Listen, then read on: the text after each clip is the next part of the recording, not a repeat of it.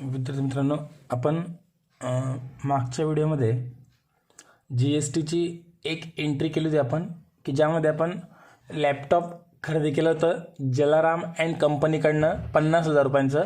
18% जी S T होतं आणि amount आपण पेड केली होती चेकने. ठीक आहे, हे ट्रान्झॅक्शन आपण मागच्या व्हिडिओमध्ये बघितलं होतं. आत्ता आपण एक पुढचं ट्रान्झॅक्शन घेऊ, मोटर कार सोल्ड केल्याचं. त्याआधी मित्रांनो, जर तुम्ही चॅनलला अजूनपर्यंत सबस्क्राईब केलेलं नसेल तर सबस्क्राईब करून घ्या. ठीक आहे, की जेणेकरून पुढचे व्हिडिओ सगळ्यात आधी तुम्हाला मिळेल. तर बघा, आपण नेक्स्ट ट्रान्झॅक्शन घेऊ, sold motor car.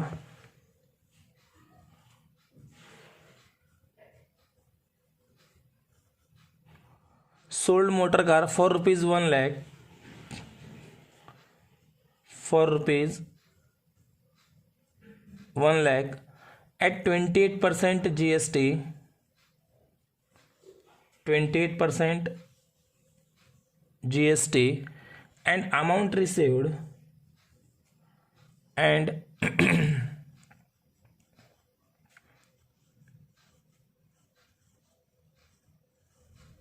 amount received by check.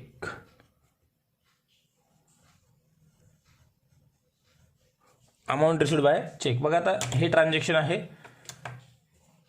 मी तुम्हाला मागच्या व्हिडिओमध्ये काही रूल्स सांगितले होते, ते रूल्स पण तुमच्या लक्षात असणं खूप आवश्यक आहेत. मी दाखवून तो पुन्हा एक वेळा. हे बघा, हे रूल्स होते. इतके रूल्स मी सांगितले होते की जेव्हा आपण काही खरेदी करतो, परचेस करतो, तेव्हा इनपुट जी एस टी आपण त्याला म्हणणार. जर काही सेल्स करतोय तर आउटपुट जी एस टी म्हणणार.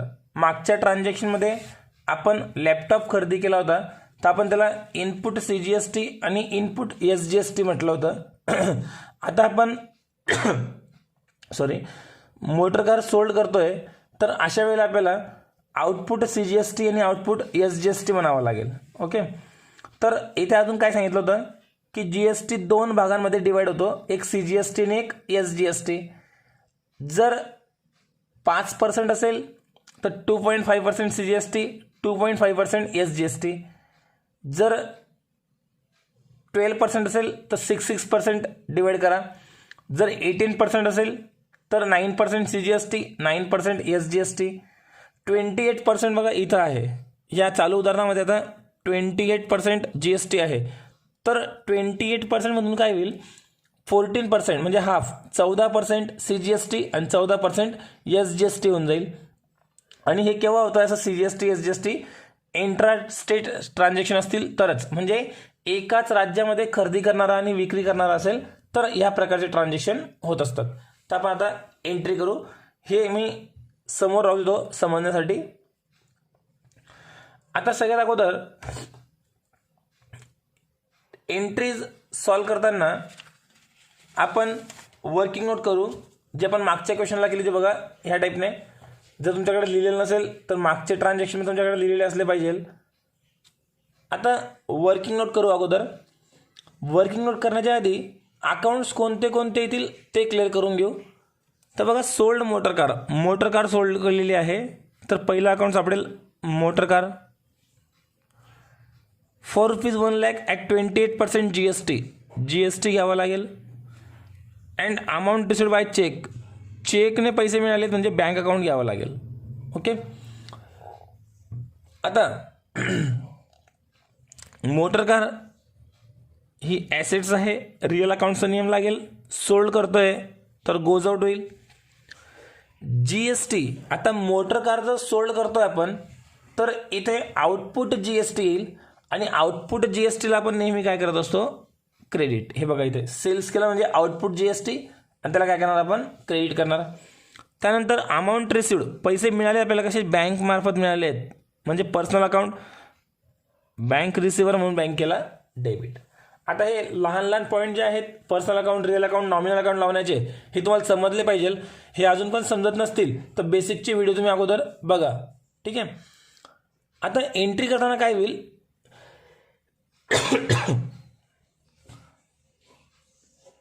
बँकेला डेबिट होईल, मोटर कारला क्रेडिट होईल, जीएसटीला क्रेडिट होईल. पण जीएसटी डायरेक्ट नाही लिहित आपण CGST आणि SGST हे दोघी वेगळे वेगळे करणार, आउटपुटमध्ये लिहिणार. ओके.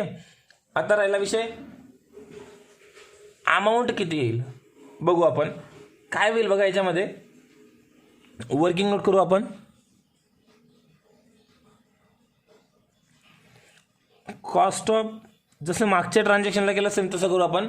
हे तुम्हाला प्रत्येक उदाहरणात करण्याची गरज नाही, हे समजण्यापुरतं आपण फक्त वर्किंग नोट करतोय. Cost of motor car.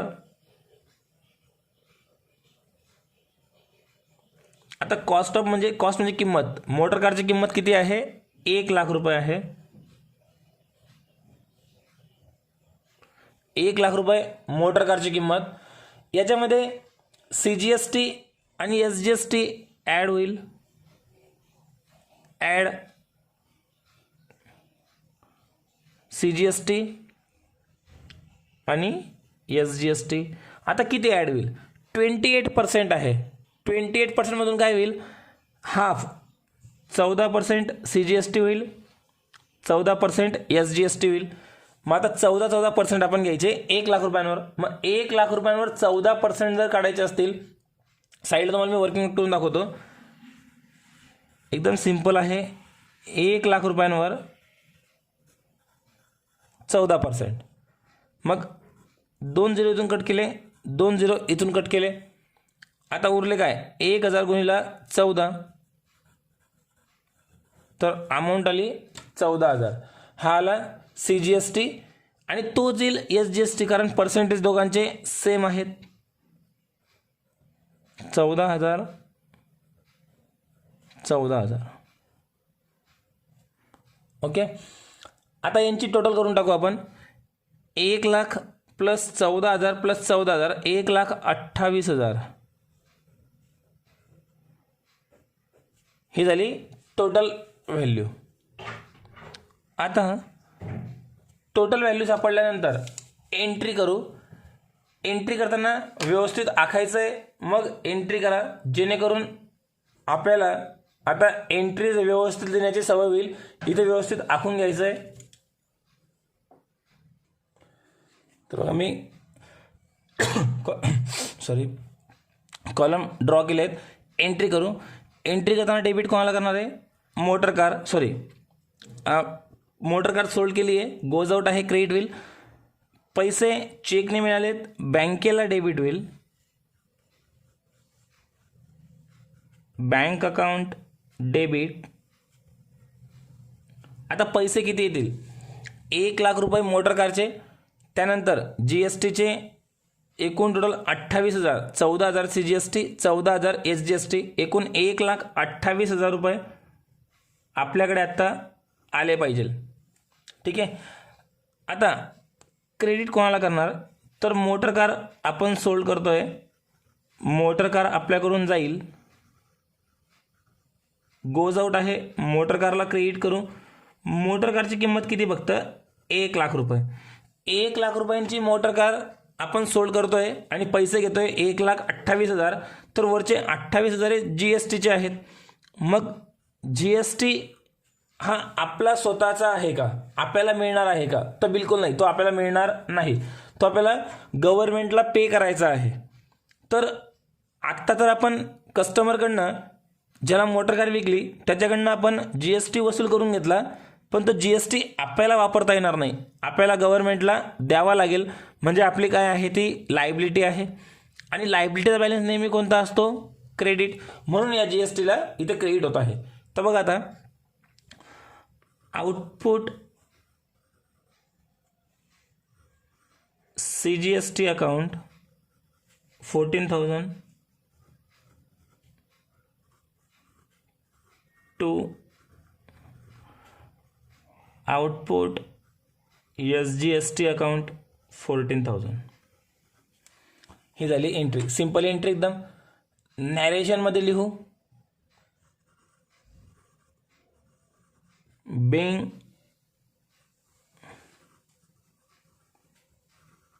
motor car sold at 28% GST. Motor car sold at 28% GST. आणि ही एंट्री आपली कंप्लीट झाली. आपण अजूनपर्यंत बेसिक एंट्रीज बघतोय. आपण क्वेश्चन सुरू केलेले नाही आहेत. क्वेश्चन सुरू जेव्हा करणार तेव्हा तुम्हाला नोट्स मी अगोदर प्रोव्हाइड करेल, नंतरच मग आपण क्वेश्चन सुरू करणार आहोत. काही अजून 5-7 ट्रान्झॅक्शन आपल्याला GSTचे व्यवस्थित समजून घ्यायचे आहेत. मग ते समजल्यानंतर आपण क्वेश्चनला सुरुवात करू. हा झाला एक सोल्डचं ट्रान्झॅक्शन. नवीन ट्रान्झॅक्शन घेऊ अजून एक. तर बघा मित्रांनो, आता नेक्स्ट ट्रान्झॅक्शन मी इथे लिहिलेलं आहे. काय म्हटलं बघू आपण. Purchase computer. कम्प्युटर खरेदी करतोय म्हणजे एक अकाउंट आपलं फायनल आहे कम्प्युटर फ्रॉम ब्रिजेश ऑफ ₹30,000. ब्रिजेशकडनं आपण खरेदी केलं आहे. याचं नाव एंट्रीमध्ये केव्हा येईल जर हे कम्प्युटर आपण उधार खरेदी केलं असेल तर. बघू पुढे आपण काय म्हटलं आहे. Of ₹30,000 @18% GST. GSTची नोंद होईल. आता GST 18% म्हटलं आहे तर 9% CGST होऊन जाईल, 9% SGST होऊन जाईल. त्यानंतर अँड पेड बाय चेक. आणि अमाऊंट पेड करून टाकले आपण चेक नाही, म्हणजे रोखीचा व्यवहार आहे. बँकेमार्फत व्यवहार झाला रोखीचा. 3 अकाउंट येतील, कम्प्युटर, चेक आणि CGST आणि SGST. आता डेबिट कोणाला, क्रेडिट कोणाला होईल. परचेस कम्प्युटर करतोय, रिअल अकाउंटचा नियम लागेल. कम्प्युटर कम्पनीने डेबिट होईल. आपण कम्प्युटर खरेदी करतोय तर GST आपण द्यावा लागेल. GST आपल्याला द्यावा लागेल. ती वस्तूवर GST आपण भरतोय. आपली ॲसेट्स आहे, त्याला आपण डेबिट करू. त्यानंतर amount paid by cheque. Amount paid करतोय, बँक गिवर होईल, बँकेला क्रेडिट करणार. ठीक आहे, इतकं सिम्पल ट्रान्झॅक्शन आहे. फक्त GSTला डेबिट होईल का क्रेडिट होईल हे तुम्ही समजून घेतलं पाहिजे. थोडंसं लक्षात घ्या. आपण जर काही खरेदी करतोय तर इनपुट GST म्हणून, हे बघा इथे लिहिलं आहे, आपण जर काही खरेदी करतोय तर इनपुट GST म्हणा, त्याला डेबिट करा. मग आता जेव्हा जेव्हा आपण काही खरेदी करणार किंवा पेमेंट करणार तेव्हा इनपुट GST म्हणा आणि त्याला डेबिट करा. वर्किंग नोट करून घेऊ किती अमाऊंट येईल म्हणून. तर बघा, सगळ्यात अगोदर कॉस्ट ऑफ कम्प्युटर, कम्प्युटरची किंमत. कम्प्युटरची किंमत ओरिजिनल आहे 30,000. याच्यामध्ये CGST आणि SGST ॲड होईल. CGST आणि SGST ॲड होईल. 18% सांगितलं आहे GST. याचा अर्थ CGST होईल 9%, SGST होईल 9%. मग आपण तेवढी अमाऊंट त्यामध्ये ॲड करू. 30,000 रुपयांवर 9% काढायचे. आता हे पर्सेंटेज तुम्हाला काढता आले पाहिजे. 30,000 इंटू 9/100, 2 0 कट झाले. 300 इंटू 9, 2700. तर 2700 रुपये CGST आणि 2700 रुपयेच SGST येईल. ॲड करून टाका अमाऊंट. 35,400 ही झाली टोटल अमाऊंट. 35,400 ही आपली आली टोटल अमाऊंट. सॉरी. बघा, एंट्रीज करताना फक्त GSTच्या एंट्रीमध्ये एकच लक्षात घ्यायचं आहे की आपण पैसे घेणार आहोत की देणार आहोत, किंवा आपण काही खरेदी करतोय किंवा काही विकतोय. जे पण आपण ट्रान्झॅक्शन करतोय त्यात आपण जर पैसे देतोय तर लक्षात घ्या आपण काहीतरी खरेदी करतोय किंवा काहीतरी खर्च करतोय. त्यावेळेला इनपुट GST म्हणा, त्यावेळेला इनपुट GST. परचेसच्या वेळेला इनपुट GST, सेल्सच्या वेळेला आउटपुट GST. आता इथे आपण कम्प्युटर खरेदी केलं आहे तर आपण त्याला कोणता GST म्हणणार, इनपुट GST म्हणणार आणि त्याला आपण करणार डेबिट. मग आता एंट्री करू आपण. एंट्री करताना अगोदर डेबिटची अमाऊंट घेऊ. डेबिट कोणाला करणार आपण, कम्प्युटरला. आता मी इथे व्यवस्थित तुम्ही मागच्या कॉलमसारखं व्यवस्थित ड्रॉ करून मग लिहायचं आहे. मी डायरेक्ट सॉल्व करतो आहे. Computer account debit, computer account debit. कम्प्युटरची व्हॅल्यू आहे 30,000. त्यानंतर इनपुट GST आपल्याला घ्यावा लागेल, कारण आपण खरेदी करतोय. Input CGST account debit, input SGST account debit, input SGST account debit to bank account, ही झाली आपली एंट्री. अमाऊंट फिलअप करू. CGSTची व्हॅल्यू आपण काढली होती 2700, SGSTची व्हॅल्यू काढली होती आपण 2700, टोटल व्हॅल्यू होती 35,400. तर या प्रकारे आपल्याला एंट्रीज करून घ्यायची आहे. ही झाली एंट्री कंप्लीट. नॅरेशनमध्ये लिहू, being purchase computer by cheque, being purchase computer by cheque. हे झालं आपलं नॅरेशन कंप्लीट. इथे @18% GST लिहून घेऊ. आता हे नॅरेशन पूर्ण कंप्लीट केलं, एंट्री कंप्लीट केली. तर इथपर्यंत बघा, आज आपण 2 ट्रान्झॅक्शन सॉल्व्ह केले. दोघी ट्रान्झॅक्शन तुम्हाला दाखवतोय. हे झालं पहिलं ट्रान्झॅक्शन, मोटर कार सोल्ड केल्याचं, आणि यानंतर कम्प्युटर परचेस केल्याचं ट्रान्झॅक्शन. एंट्रीज जेव्हा आपण लिहिणार, आपण जेव्हा ॲक्च्युअल क्वेश्चन सुरू करणार, आपण आत्ता काय करतोय, असं एक ट्रान्झॅक्शन लिहितोय, मग याची एंट्री करतोय, एक ट्रान्झॅक्शन लिहून मग याची एंट्री करतोय. आता जेव्हा आपले ॲक्च्युअल क्वेश्चन आपण सुरू करणार, तेव्हा पहिल्या नोट्समधले जे शेवटचे 3 क्वेश्चन आपण घेतले होते, त्या टाईपचे क्वेश्चन आपण घेणार आहोत, की ज्यामध्ये 5, 7, 8, 10 क्वेश्चन तुम्हाला एक सोबत दिले जातील.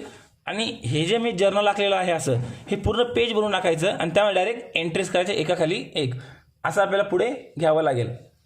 आणि मग त्याच्यामध्ये आता फक्त काय होणार आहेत, जे ट्रान्झॅक्शन आपण आत्तापर्यंत शिकलो आहेत ते फक्त एकत्र येणार आहेत, बाकी दुसरं काही होणार नाही.